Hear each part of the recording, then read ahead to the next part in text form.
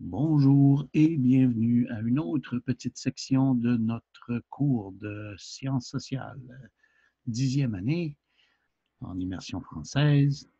Et dans la section ici, je vais parler de splendeur et misère au cœur de l'Empire.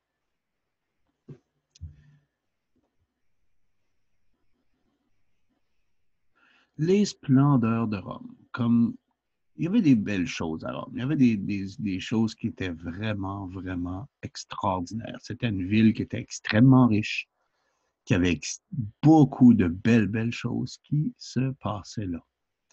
Par exemple, il faisait des énormes constructions civiques, donc des énormes constructions pour les personnes.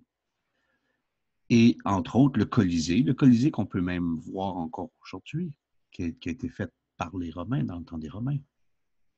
C'est un des plus grands, les plus vastes et le plus magnifique des amphithéâtres de Rome.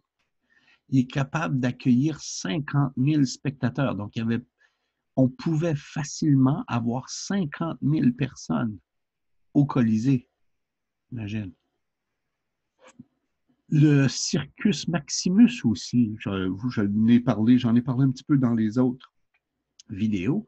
Et le Circus Maximus, c'est l'endroit où on faisait les courses de chars. Surtout. Les gens adoraient les courses de chars. Et le Circus Maximus avait 350 000 places. C'est le plus grand stade de l'Antiquité. Juste pour te donner une idée, OK? Garde ça en tête. Circus Maximus, construit par les Romains. OK? Donc, on parle du temps de comme 200, 300 ans avant Jésus-Christ, aller jusqu'à 200, jusqu'à 500 ans après Jésus-Christ. Là. OK? C'est vraiment, ça fait longtemps. Là. 350 000 places. Puis je vais comparer ça, juste te donner une idée. Le Rogers Center, il y a 50 000. Gillette Stadium, 68 000. New Wembley, 90 000. Le Stade de France, 79 000. 350 000. OK, il y avait du monde. Une autre chose aussi que les Romains faisaient, les théâtres. Les théâtres, ils s'élèvent, inspirés des édifices grecs, OK, avec un demi-cercle de place pour les spectateurs.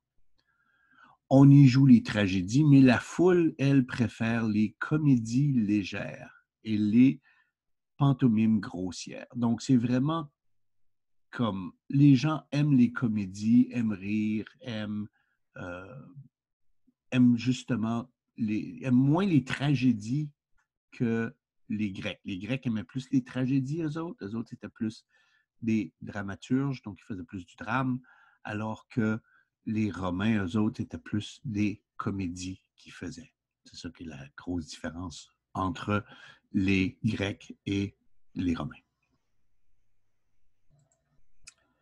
On construit aussi des thermes. Okay, on en a parlé brièvement un petit peu, qui se trouvent être des bains publics. Les Romains se réunissent chaque après-midi dans les thermes. Et ça joue un rôle social important parce que c'est pas juste des bains publics, on a là des bibliothèques, des stades de compétition, des boutiques, des bureaux. Euh, et il y a dans les grands centres, là, il y a euh, il y a des salles de bain, des salles pour bains chauds ou froids ou bains de vapeur. Donc, tu peux choisir d'aller dans un bain comme ça où l'eau est chaude ou l'eau peut être froide dans un autre ou des bains de vapeur, des saunas. Donc, ça dépendait vraiment, comme tu vois, OK, ici, tu as différents, différents endroits, là.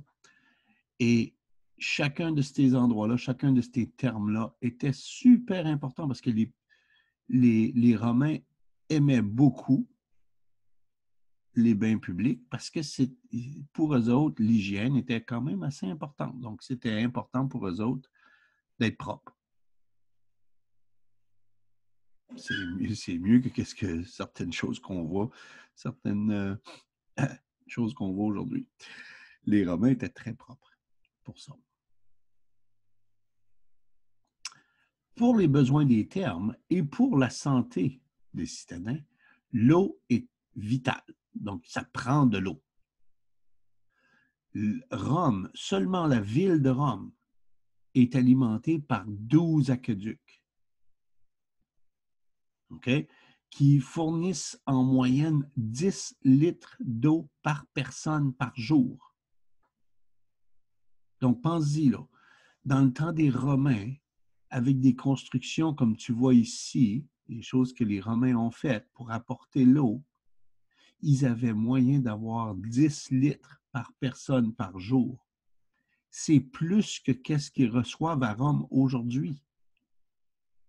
Avant, dans le temps des Romains, dans le temps de l'Empire de Rome, ils avaient plus d'eau par personne que qu'est-ce qu'ils ont maintenant aujourd'hui.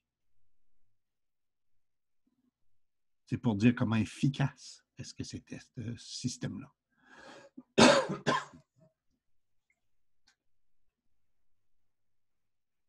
Maintenant, bien entendu, quand il y a des belles choses dans une ville, il y a des choses qui sont pas toujours aussi plaisantes, on va dire. Okay, donc, dans cette Rome superbe, luxueuse et raffinée, comme tu vois ici, le magnifique existe avec le sordide, avec le moins beau. Dont, entre autres, ici, l'espace habitable manque. Il n'y a pas beaucoup d'espace, puis il y a beaucoup de monde. So, qu'est-ce qu'on fait quand il n'y a pas beaucoup d'espace, puis qu'il y a beaucoup de monde? Bien, on fait des maisons à étage.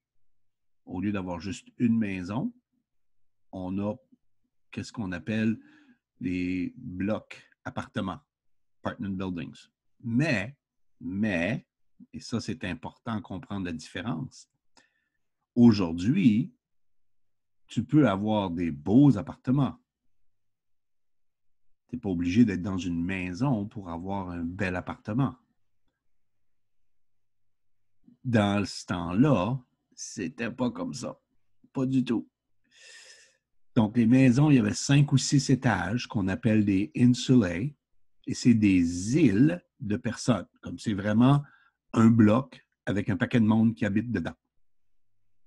C'est aussi simple que c'est très, très simple comme principe. Il y a beaucoup de personnes qui habitent à la même place.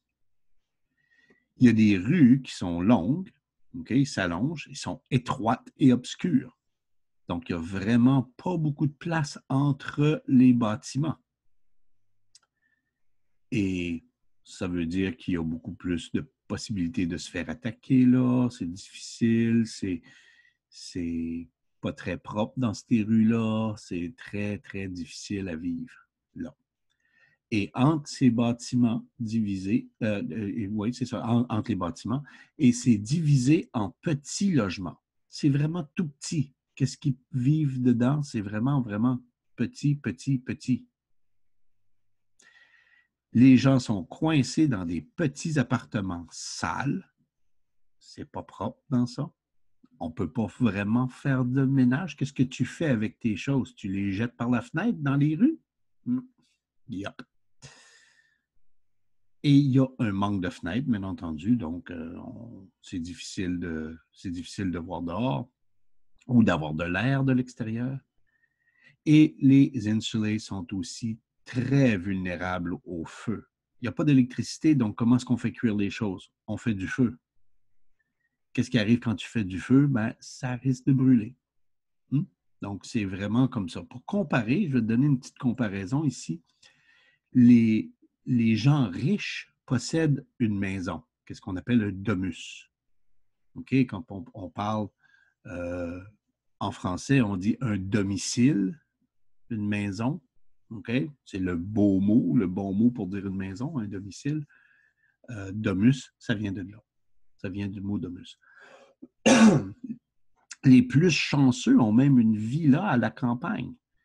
Et ils n'avaient pas peur de mettre de la couleur, de l'or, parce que les personnes qui étaient riches étaient vraiment très riches.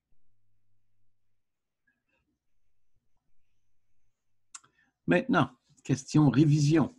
Et oui, tu peux toujours revenir en arrière, arrêter le vidéo, retourner, aller voir et trouver les réponses dans la vidéo. Tout est là sans trop de difficultés à trouver. Nomme 2 constructions énormes de la Rome antique. Tu peux en nommer 2. Les termes étaient importants pour les Romains. Comment est-ce qu'ils avaient de l'eau dans les termes? Comment est-ce qu'ils apportaient l'eau dans les termes? Pourquoi les insulae étaient considérés comme sordides? Il y a 4 raisons. Où habitaient les riches de Rome?